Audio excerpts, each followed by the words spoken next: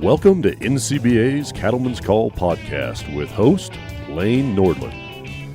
Alrighty, friends, welcome back to another conversation here on the Cattleman's Call podcast. I'm Lane Nordland, and the dust has not settled on election 2022.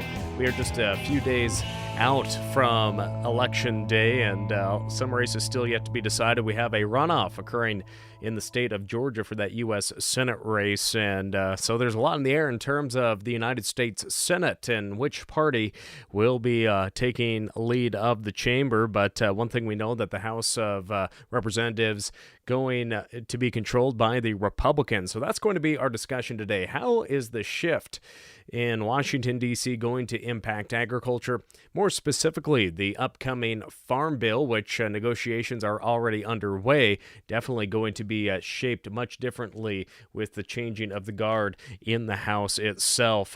So joining us here today from Washington, D.C., the NCBA office out there, of course, Mr. Ethan Lane, NCBA's Vice President of Government Affairs, along with David Watts. And David managed Don Bacon's race out of Nebraska and Reagan Deering's race out of Michigan, and knows these cycles in and out in terms of how a congressional race shapes things. But gentlemen, how are things going? Ethan, I'll start with you first. We're a few days out now from the election.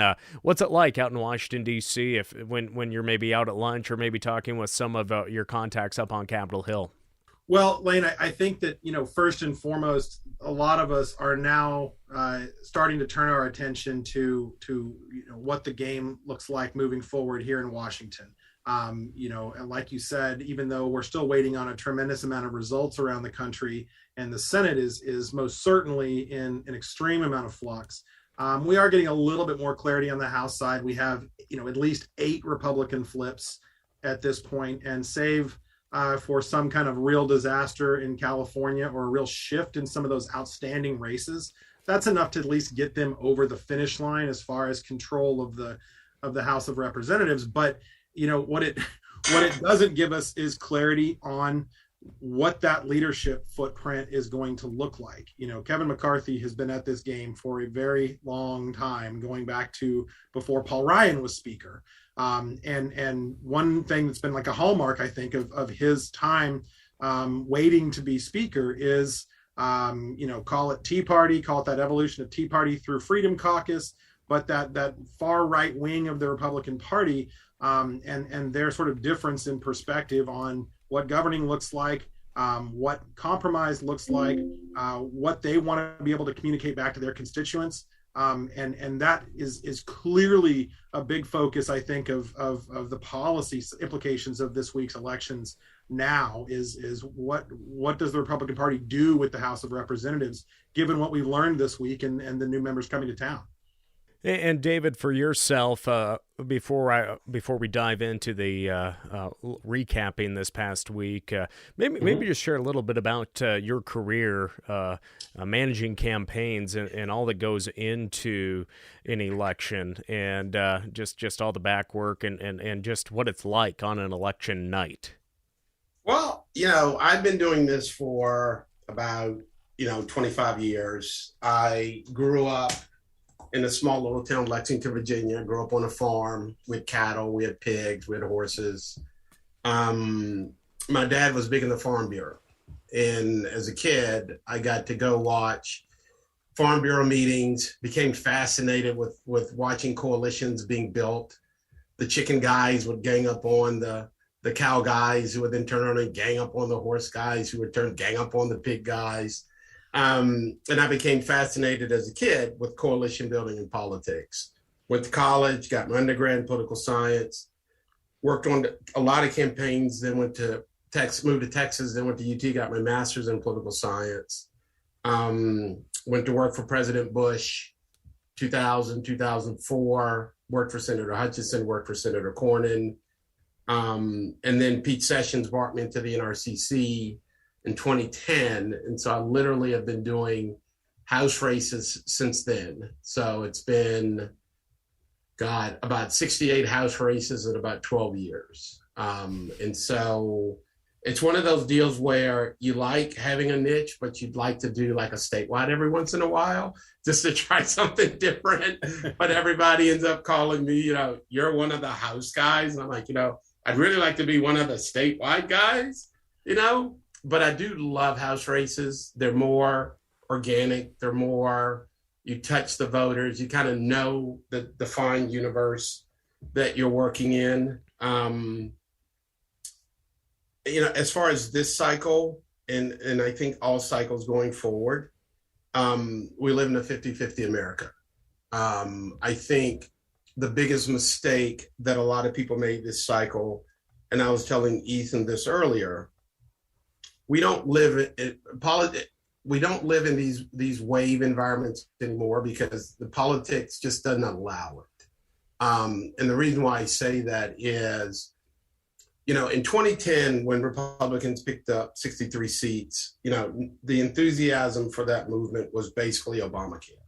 It was taking over an entire healthcare system and then reallocating how that healthcare system reallocated resources. That's what got you a 60 seat margin. 2014, we picked up 14 seats, basically just because we were the party out of power. And by the time this cycle is done, that number is going to be between 10 to 12. The Democrats picked up 40 seats in 2018, and that was more of a reaction to, I still can't believe Hillary lost in 2016.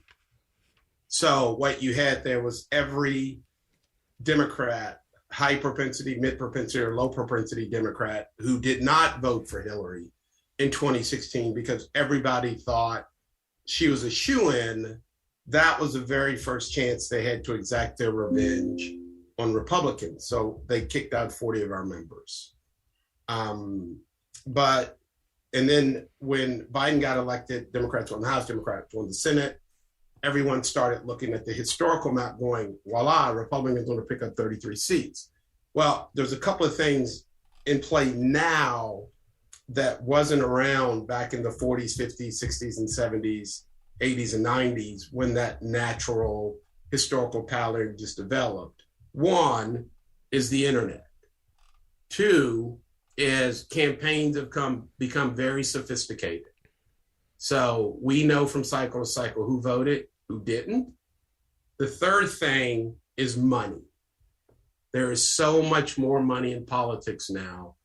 And money, it flows about 50-50. At the end of the day, there's always someone with a little advantage, but at the end of the day, both sides will raise about the same amount of money.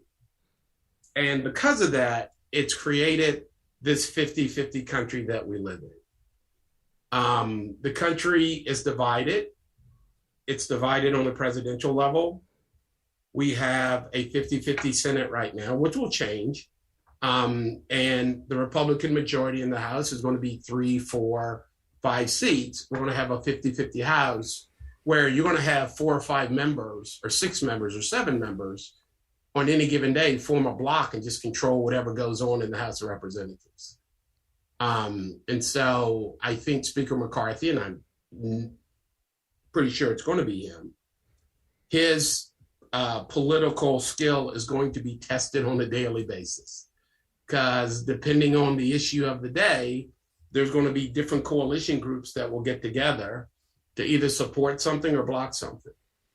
And I think what you're going to see too is you're going to see a lot of guys trying to cut deals with Democrats because because if we have 20 or 30 guys bailing on an issue, you might see the speaker. When I was at the committee, Boehner had to do this all the time. He had to go cut deals with Democrats to get the debt ceiling raised or to get the budget passed or maybe even to get the farm bill passed. So I think you'll see that too. Elections are, because of the money, because of the more sophistication, polling this cycle was very good. Anyone who takes a swing at polling this cycle will be way off. If you look at the internal polls, and I tell people all the time, they're like, how do you know polling was good? I was like, in my 2 Democratic races, every time I polled, they tell me we're going to lose, and we lost. polling was good. In Don Bacon's race, every poll I took said we were going to win by 3 or 4 points, and we won by 4.5 points. Our polling was good. So, polling was good. Another good example, if you look at, I looked at the generic ballot the night before the election. It was R+2. R+2 tells me, okay, we're going to pick up 10 to 15 seats. Well, it looks like we're going to come in that 12 range somewhere. So polling was actually correct this cycle. And we pretty much got it spot on. So, gentlemen, as David mentioned, we may see that a coalition come together to try and get something passed or blocked in the House there. Ethan, do you think that is more of an opportunity for issues that impact cattle producers, or can this complicate things more? Is this more of a time for compromise to get things pushed forward, or are we going to see these different groups digging their heels? I guess what concerns you from the advocacy side for the cattle industry? Sure. I think I kind of want to separate those, because I think there's one conversation on the farm bill, right? And just the volume of that expenditure. What was an $800 billion farm bill last time, just to keep up with inflation, is now $1 trillion farm bill. And that's, that essentially is holding the line on spending on all of these different programs, all of which are the most important thing to somebody somewhere, right? And when you add into that the fact that we had all that Inflation Reduction Act spending over the summer, tens of billions of dollars of what would otherwise be farm bill spending preempted in that bill. Debbie Stabenow came out, after that, and the chairwoman of the Senate Ag Committee, and said, well, this is going to really help us get a farm bill done. I don't know that that's true necessarily when you look at who is going to be looking at that bill on the House side. Some of these new members coming in, a lot of the conversations we had with them resulted in them saying, look, we're just not going to vote for a farm bill regardless of what it is, because we don't think that's responsible government spending. That's the hill that I think they're going to have to climb in that specific instance with this more conservative tone in the House. It's going to be very fiscally conservative. I don't know if David would agree with this. I think there's going to be a lot of similarities in that fiscal conservative tone to 2010. I think there's going to be a lot of the same talking points, right? Especially with the Democrat in the White House. It's going to be an easy target to say, well, this is reckless government spending and we need to shut it down. No is going to be really easy for people to fall back on in the House of Representatives, particularly when we've seen that the primary season is the real fear point. I mean, where we lost seats we should have won, and certainly there were other factors, whether that's Jamie Herrera Butler in Washington, Peter Meyer in Michigan, that voted for impeachment and lost their primaries. They likely would have won those general election races, right? Those would have been 2 more pickups, or at least holds, for Republicans in those seats. But the guys that came in and were successful aren't looking at the general; they're looking at the primary, and they're saying, "Well, no on the farm bill. Lets me go home and say I'm a fiscal conservative. And I'm holding the line on that." That's one conversation. And then you look at everything else we're dealing with in the cattle industry, whether that be the never-ending, market and price discovery conversation, bills like special investigator that undoubtedly will be reintroduced in the next Congress. That I think is a little bit different proposition. I think you're going to see a bit more of a traditional limited government perspective coming out of the House of Representatives. Nothing changed enough in the Senate for that to change, right? The odd dynamics of, kind of Chuck Grassley and Deb Fischer aligning themselves with John Tester, that's not going to change a whole lot. But in the House, I think what was already a little bit more hesitation to go down some of those roads is going to be more so in this new Congress. So it's going to be a bit of a split personality as far as, it's not like, gosh, Republicans are in control of the House, so we can go in now and get whatever we want. It's going to be a far more nuanced conversation than that.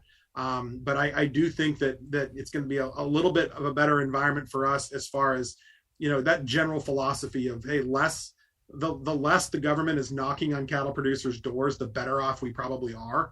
That's going to resonate more in the House than probably it has in the last few years. I was working for the NRCC in the 12 to 14 cycle, and I remember the struggle to get the 2013 Farm Bill passed. And I remember the most frustrating thing was You didn't have a problem with Republicans on the Agriculture Committee. You had a problem with Republicans who weren't on the Agriculture Committee, who didn't have a vested interest in the Farm Bill, who it was so easy for them to vote no on it because it had no direct effect on what went on back in their district. Right. And I remember we jumped through a bunch of hoops. At one time they bifurcated it because the whole issue was over SNAP payments. Yep. And so they took the SNAP payments out and said, okay, let's vote on A. We'll get the SNAP payments. B. Well, they didn't like A or B. They just never, and if memory serves me correctly, we had a bunch of Democrats help us pass the Farm Bill. And I think we're going to have this same situation this time.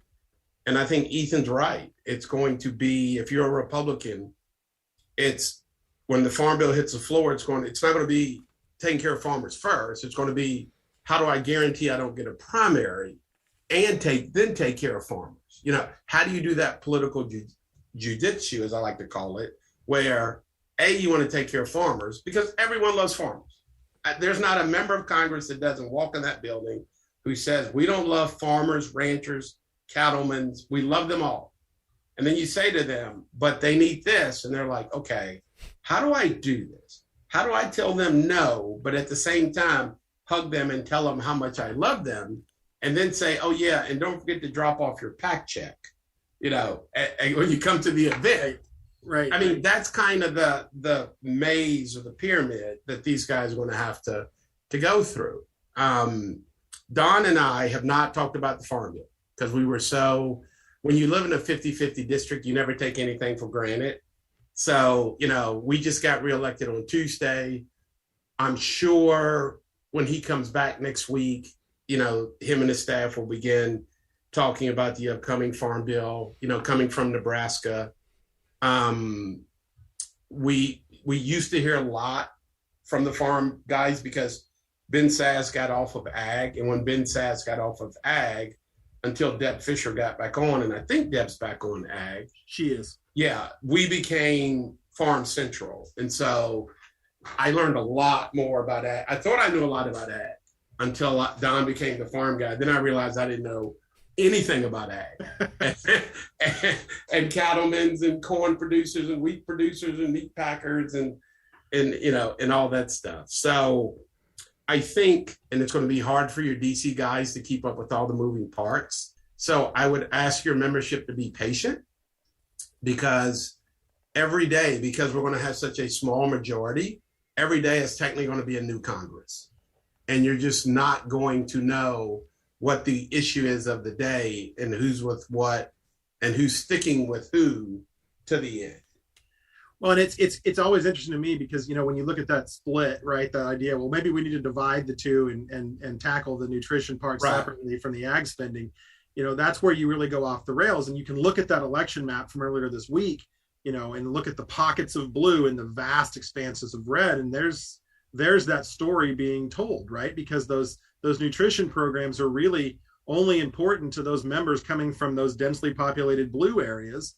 And that's the cities. Once you get into the suburbs where those Republicans are more in control, you just don't have that pressure on the nutrition part. There's literally no value for them in voting for $800 million in nutrition spending. You almost have to have everybody together to get something done. And we take a different position in the cattle industry on the Farm Bill slightly because we don't have the same big support programs, right? We're not sugar. We're not cotton, and there's nothing wrong with their engagement in the Farm Bill, but it's different than ours. So there's a lot more at risk for some of those commodities going into that process, knowing that there's a big sales job ahead of us on some of these conservative members coming in. It's a huge sales job, and it's going to have to be done over and over and over and over and over and over and over, because these guys are going to tell Ethan, we're with you. They're going to go back home for the weekend. Or they're going to get 3 or 4 phone calls from supporters saying, government's too big, let's shrink government, let's start with this. And then Ethan's going to think a guy's with him, guy's going to go on the floor and vote no. He's not going to give Ethan a heads up because that's not what members do. And Ethan's going to be like losing his mind, watching this whole thing play out. Now, I'm not smart. Who's going to be the ag chair? Is it Rogers? No, it's GT. That's right, GT Thompson. Yeah, and GT is going to have one of the toughest jobs in Congress. He is. Yeah. And he knows that, and you talk to him Yeah. about it. He knows that this is going to be a real climb, and he's certainly not afraid of that. I mean, he's going to hit the ground running in January with hearings and make that case. And I think there's nobody better to do it. I mean, he's a deal maker. He understands what's at stake. And I think he's the man for the job. And boy, nobody has covered as much ground in the country as he has in the last few years. I don't know. I can't think of. He's been to Montana, hasn't he, Lane? Yes, he has. Yeah, I mean, he's been everywhere in the last couple of years. So he's doing the work there, but it's going to be a challenge for him. So Ethan and David, back in the day, you would watch an election, you'd maybe go to bed, and then you'd wake up and listen to the radio, to TV, or read the paper and have those results the next day for the most part. And a lot of people are asking, why are Nevada and Arizona so slow at counting? And why does it take so long to get these results? I know that question is asked by so many people. David, what are your thoughts? What people need to understand is elections are not federalized. Each state conducts their own election, and each state has their own rules. And the rules dictate a lot of how quickly elections are determined. I'll give you a great example. Florida, 7 to 10 million people vote, 5 million vote by mail, in 3 hours in Florida. Why? Because Florida law allows you to start counting absentee ballots before the polls close. Arizona, pretty much half the size of Florida, half the number of voters, takes 2 weeks to count. Why? Because Arizona law doesn't allow you to start the count until after the polls close. And every state has different rules. And that's why you can count 5 million mail-in votes in Florida in 3.5 hours, and it takes 2.5 weeks to count 2.5 million mail-in votes in Arizona. And I'm not fully detailed on every state. Like for example, in Illinois, they have 2 weeks to count mail-in ballots as long as that mail-in ballot is postmarked on election day, because that's Illinois law. Every state's different. And it used to be, we never had a lot of close elections. In the old days, you either won by a loss or you lost by a loss. You won by a lot, you lost by a lot. But once again, with campaigns now being so sophisticated, we literally, as consultants, can almost create a 50-50 scenario in every situation. And you're seeing that today with, we're 48 hours past polls closing in most states, and there's still 25 races that hadn't been called because they're 50-50 races. And that's once again, because we've become, with data and technology, we've just become so sophisticated on how we target voters and how we run campaigns that we almost can create 50-50 environments in every race. And then the race just comes down to who really decides to show up on election day and who doesn't, or who really decides to send in their mail ballot and who doesn't. But literally, in when I say 50-50, there are some districts out there that are R+20, R+30, D+30. They don't have competitive races. When I say 50-50 races, I'm talking about the races that fall in that R+5 to D+5 window where they're just competitive races. And so,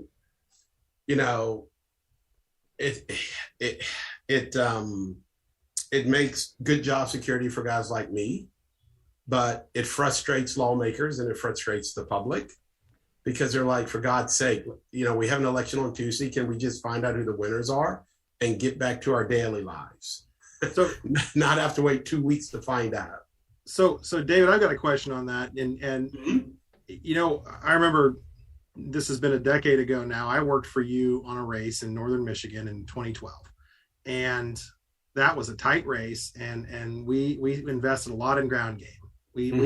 I think we knocked on 10,000 doors in the last couple of weeks of that campaign and squeaked out that race by 2,600 votes.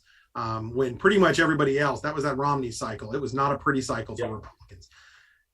Abigail Spanberger ran a similar model in Virginia this last couple of weeks. I mean, they really hit the ground hard. That was a serious ground game against a candidate who in Yesli Vega, who, I mean, we met with her. She came into the office, didn't really, I mean, that ground game wasn't their deal, right? They were pouring money into TV. They were pouring money into social.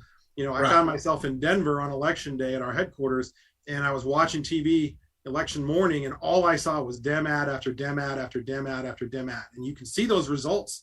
You know, Barb Kirkmeyer should have won by a touchdown, and she's still, you know, a 0.5% back. Lauren Boebert just pulled ahead in the last few hours by 500 votes. You know, does ground game still matter? Is that, I mean, are we in a post-ground game environment? Here is where all my friends call me an old head, and I'll happily accept the title of old head. When I went to work for President Bush, I worked on the ground side. I was not a media guy. I was not a digital guy. I was not a tech guy. I was a ground guy. And I was trained that the more face-to-face contacts you have, the easier it is to get someone to vote for your candidate. Don Bacon allows me to do something that a lot of congressional members don't do. He allows me to keep our campaign office open year-round. And because of that, I literally start knocking doors the May before the next election. So I literally start a year before the primary. I don't have the final numbers for this cycle, but we would have knocked on 170,000 doors in Nebraska too, from May of 2021 until November of 2022. We knocked on 30,000 doors the last 10 days of the campaign. And what starting early allows me to do, it allows me, A, to build a culture, but it allows me, too, to train a team. And what I do is we start small and we add staff, we add staff, we add staff, we add staff. And then that way, by the time we get to May of the on year, we're rocking and rolling. And we've got 20 people going. They've been going for a year. They're fully trained up. And when I need to add the next 20, those 20 train those 20. So the Saturday before Election Day in Nebraska, too, we had 142 people knocking doors. Wow. And we literally knocked on 10,000 doors in one day. I know congressional campaigns that didn't knock 10,000 doors the whole campaign. Yep. We did it in one day. Because to me, that's how you survive in a 50-50 district. You have to go that extra mile, and you have to talk to the voters.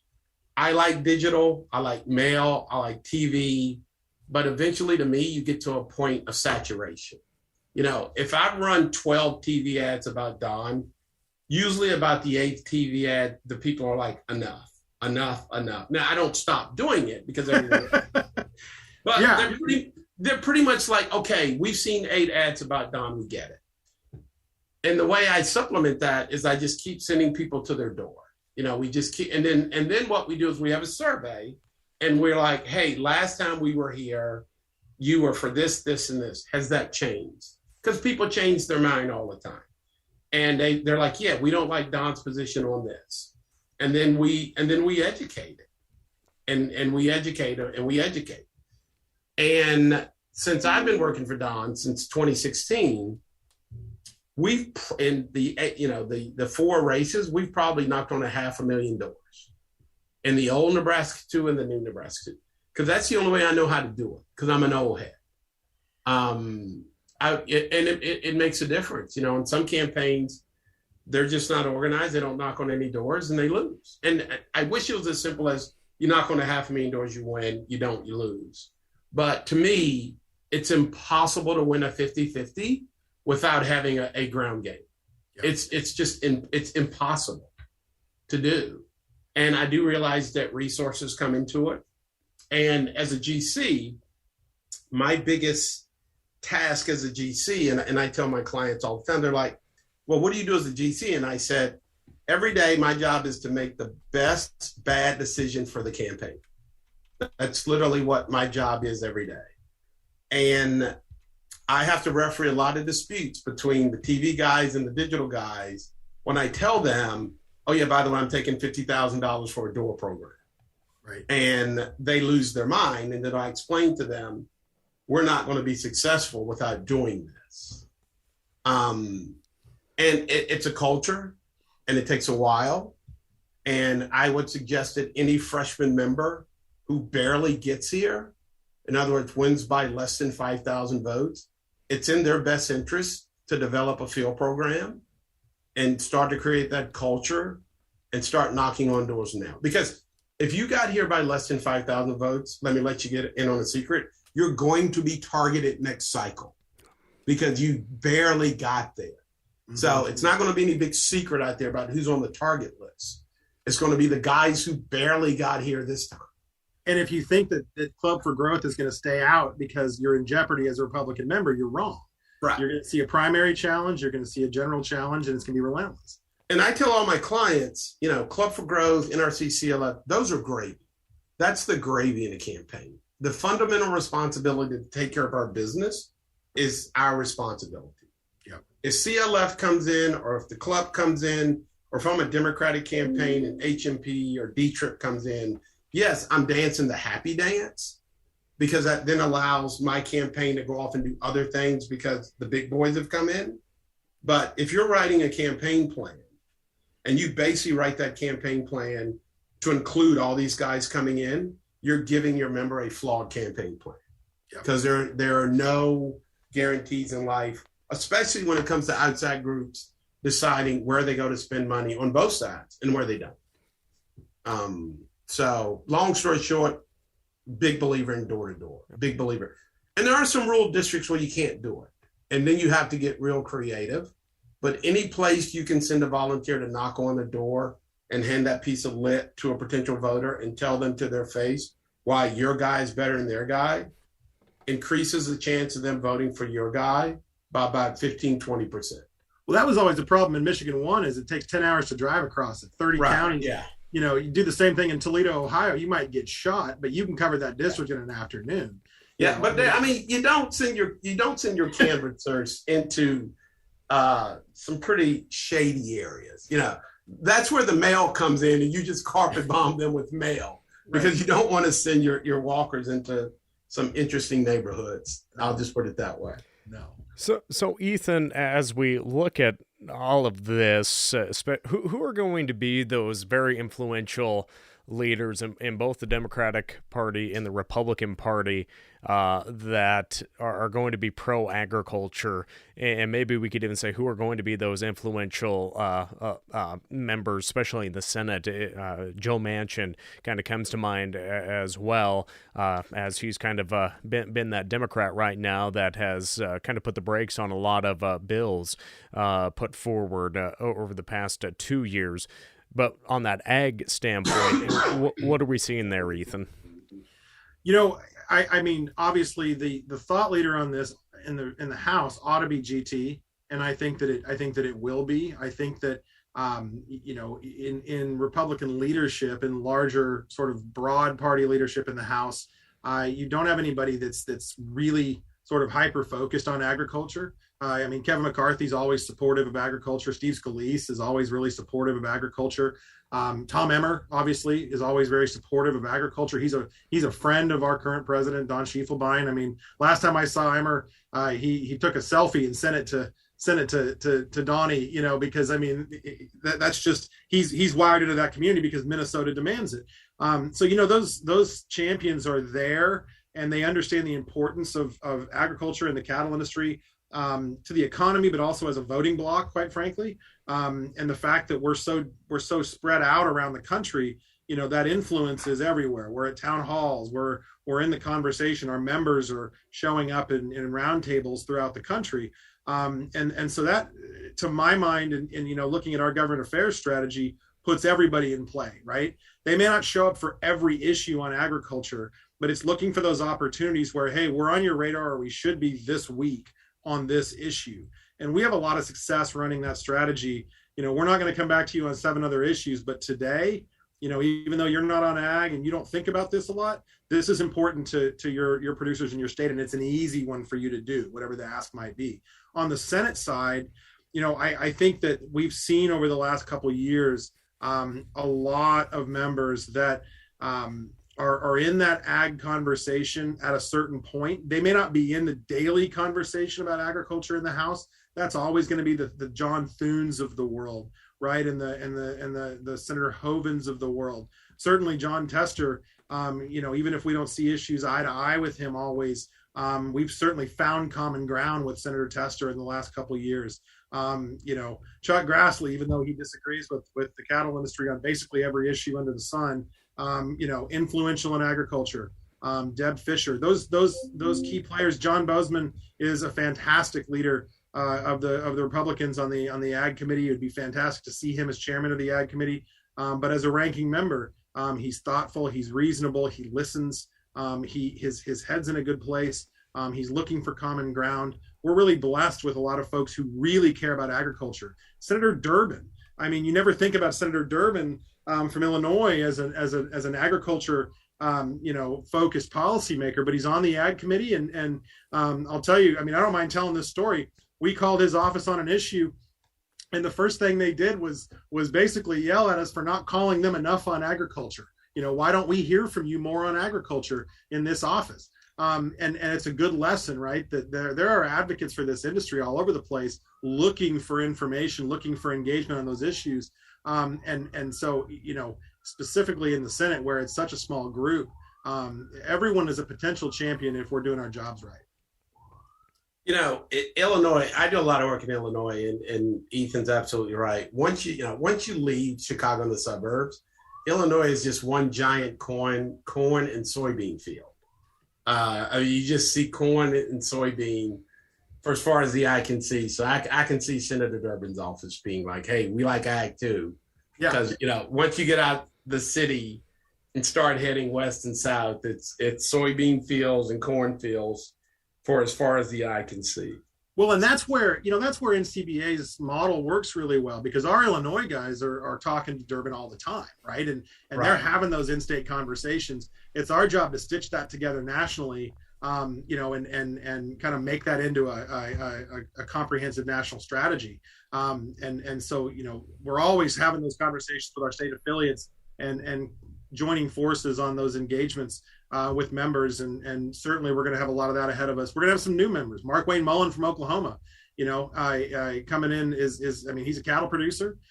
He has an interest in these issues. We're gonna have a lot of time to get him up to speed on what NCBA is looking for, what Oklahoma Cattlemen's looking for. So there are going to be a lot of those opportunities coming up in the next Congress. Ethan, what are some of the challenges that are going to be coming up in the next 2 years, Farm Bill aside?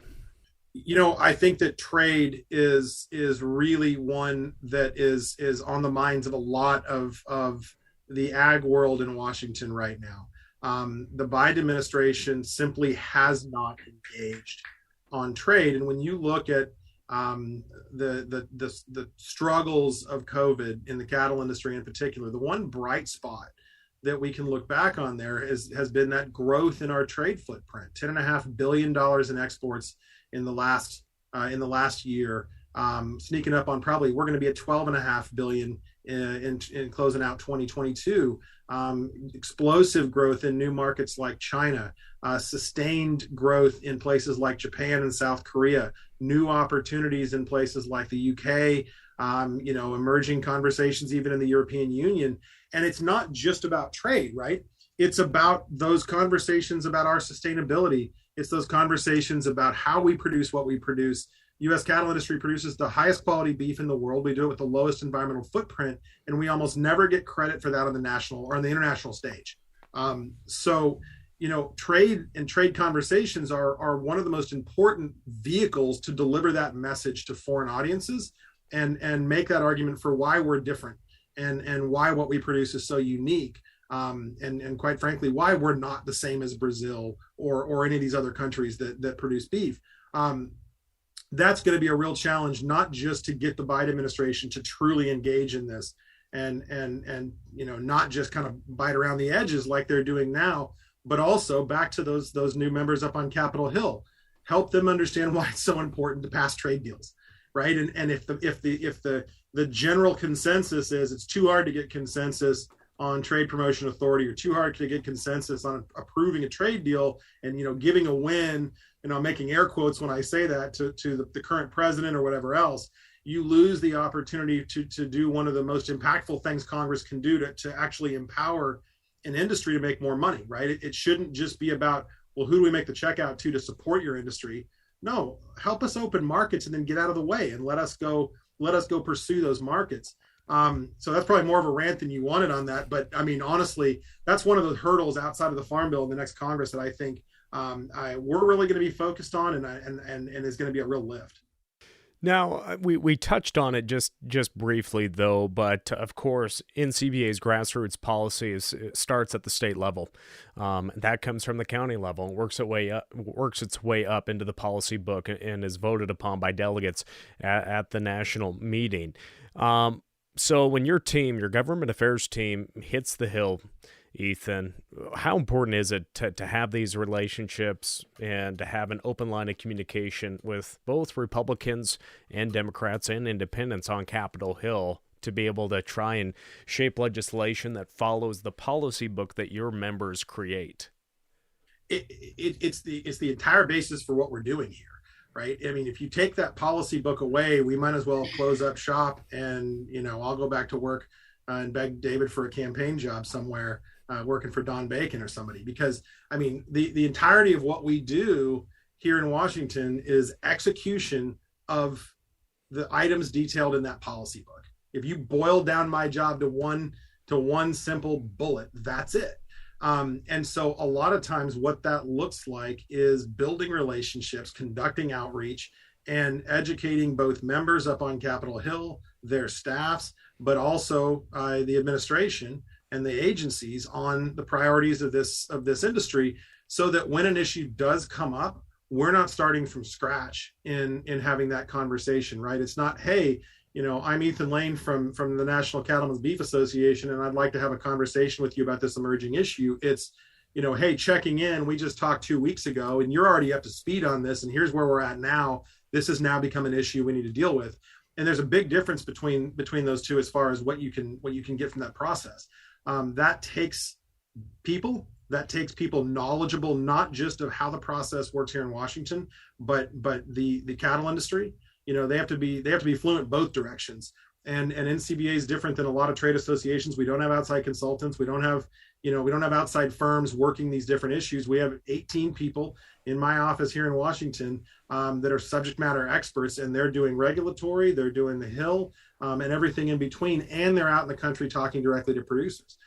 So we're a unique model. It's a labor-intensive one, but I think the results of that speak for themselves as far as the issues we cover and that engagement on the Hill. Now, David, how important is it for the elected officials or the candidates that you work with when in Washington, D.C., I know a lot of different constituents or groups come into their offices every single day when the session is going. But how important is it, though, for cattlemen and women in particular to take the time to participate in a fly-in and come out and have that face-to-face engagement, and actually do that in D.C. and not have that elected official have to come to them or come to the cattlemen's meeting every single year? How important is it to have that face-to-face? It's invaluable. And basically, the more citizens can interact with their congressman or congresswoman, they remember faces, they remember names, and they're more likely to return your call the more contact you have with them. When you come in for your fly-in, you meet with your congressman, you guys take a group picture with him, and then everybody kind of goes their separate ways. I worked for the realtors for 3 years and all my political stuff. And I remember the realtors had a very good program to make sure that they always had people directly engaged with the members. Because not only do you have people who are coming in doing the fly-in, but you also have cattlemen, ranchers, farmers who randomly are just coming to DC for other things, especially if they have other interests, they're a part of other groups. And it's a lot easier for them to get a meeting with their congressman if you've already met your congressman about cattleman issue, but now you're in town because you're also a wheat grower or feeder or whatever, and you call the office and they're like, oh yeah, we remember him. He's a cattleman. He met with Don about this. Let's make sure this meeting happens. People sometimes get lost up in the title, but at the end of the day, they work for you. They are your representative in Washington, D.C. Look past the title, look past the pin that they wear, and just tell yourself every day, they work for me. And if they develop an attitude where they stop working for you, they're not going to be in Congress very long, because people will eventually figure that out, and they're going to go try to find someone who will work for them and send that person to Washington. But people they come here and they get intimidated and they're like, oh my God, he's a congressman. Or I can't talk to him because he's a congressman. His time is so valuable. He won't have time to meet with me. Yes, he will. Yes, he will. And you just can't be intimidated by that. I'm always amazed when we have folks that haven't engaged in that process, and then they come to Washington and they start to develop that relationship with their member of Congress, and to see their impression of that member change.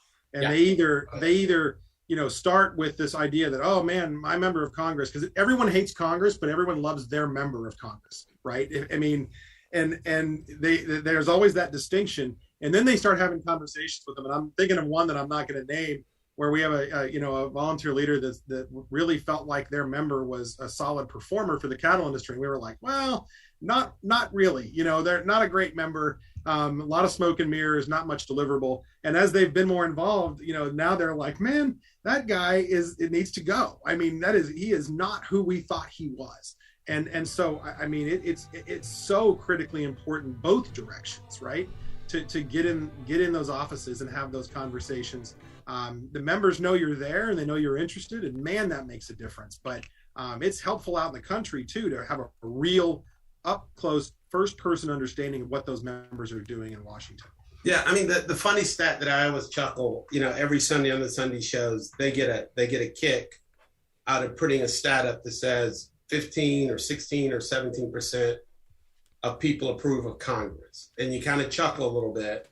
But what they don't tell you is then when you go into the individual districts, 95% of the people approve of their individual congressman. And, look, we have a 90 to 95% reelection rate for members of Congress. And it's been that way forever, although everyone's hated Congress, and they have for the last 30 years. They hate the guy behind the tree. They don't hate their own congressman. They hate the congressman that's behind the tree. And that's always the funny part of this, is that, Congress sucks, but I love my guy. My guy is the greatest guy in the world. But the rest of these guys, they're just bums. But my guy is great.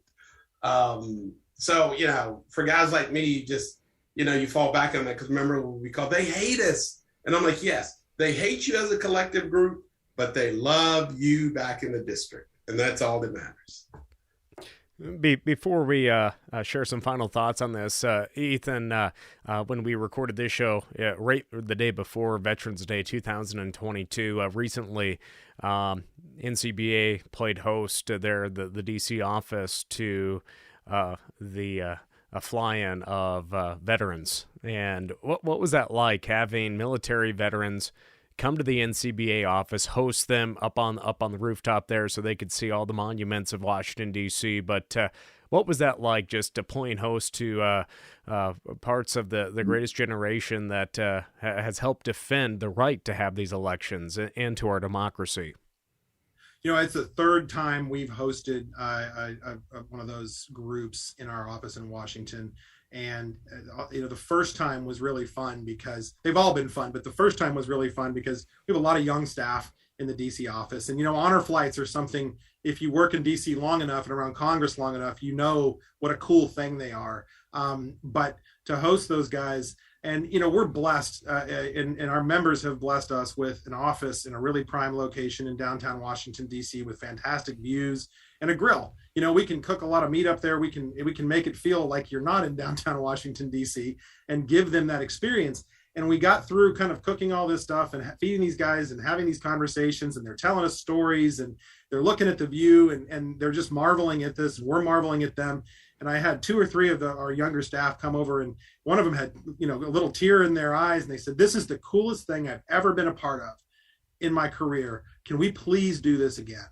And that's staff after hours staying around, because it was just such an irreplaceable experience to talk to these guys and hear their stories, and see them smile and be excited to be in Washington and doing that.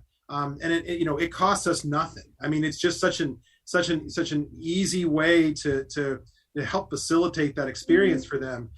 It's amazing what they go through as part of that trip. These guys are not all ambulatory. Some of them are in wheelchairs. They're older. It's hard to get around. They're putting them on buses to get them to somewhere where they can afford to stay, because it's not cheap to stay in Washington, D.C. As anyone who's come to visit us knows. It's a tough trip for a lot of these guys, and it speaks to how important it is to them to come to Washington and be a part of this. What a cool thing for us to be able to help share in and be a part of. We just are so pleased they've allowed us to be involved with it. Well, thanks for sharing those thoughts, and for our listeners that would be interested in learning more about that, Cattleman to Cattleman, NCBA's TV show, has done a great segment on the honor flight. It's available on ncba.org and the Cattleman to Cattleman YouTube page. Go check it out. It'll bring a tear to your eye. And I know we like to call D.C. the swamp, but if you've never visited our nation's capital to see the history, the museums, and when you get to see especially those honor flight participants touring their respective monuments of the wars that they fought in or their time in the military service, it really puts everything into perspective of all the challenges we have in this world. But there's people that have put their lives on the line, and those that did give their lives for our freedoms. And so we can call DC the swamp, but I encourage everyone to go out there and truly see the treasure of what it truly is to our nation. As we said, it's going to take a few more weeks to get some of these states and all the ballots fully counted. I know our friend JJ Gokachia he has a pack line full of mail bags. His pack string is going from the ranch all the way to be counted in Las Vegas. So hopefully he can get there with that line of horses and the mail bags delivered here soon, Ethan. But he just texted me since we've been on this podcast with an update on the race in Nevada. So I'm getting real-time updates from the ground. So which one? Cortez Masto. I think she's probably going to win. This is going to be outdated by the time this airs, but it's interesting to watch that county by county count and what's left in those voting boxes, the ballot boxes. It sure looks like from the math side that she's got a shot, but we'll see what happens in the next week or so. The one thing we say on our side is the trend is your friend. Once, especially with mail-in ballots, like once a trend develops, that trend is usually not broken unless something really, really weird happens. Yeah. And so what we always look at for late absentee and early voting is the trend, because usually the trend, if it's working in your direction, it's your friend. And if it's working away from you, it's not your friend, but it continues to work away from you. So I always tell people, they're like, what do we look for? I'm like, look for the trend. The trend either way will be your friend. You're going to love it or hate it, but it's going to be your friend. Well, gentlemen, and just to be transparent to our listeners, we recorded this conversation on November 10th, 2022. Just a little bit of reference for the uncertainty that we have in terms of how that U.S. Senate is going to be controlled. And again, we could be having a very different conversation in 2 to 3 weeks on how this is going to impact the congressional House, the House and the Senate races, and just how that impacts the agriculture sector as well. But so with that said, gentlemen, what are some last thoughts you would just like to share with the cattlemen and women tuning in to our conversation here today? I will start, and I'll just say on the political side, just engage, as they said. Talk to your members, talk to their LAs, talk to their district staffs. Let them know what your concerns are. Let them know what you're happy about, what you're not happy about. Don't worry about, I've called them 4 times. They're your representatives. They're there to represent you. You have special needs, you have special issues. Engage your members of Congress, because that's what they're there for. Don't worry about the title, don't worry about the pen. Just constantly stay engaged with your members of Congress. Yeah, and from my side, I would encourage our listeners, our members around the country. I remind them that when we get into these kinds of cycles where things are tight, I do this for a living, and I have access to really good information, and it's still hard to separate fact from fiction.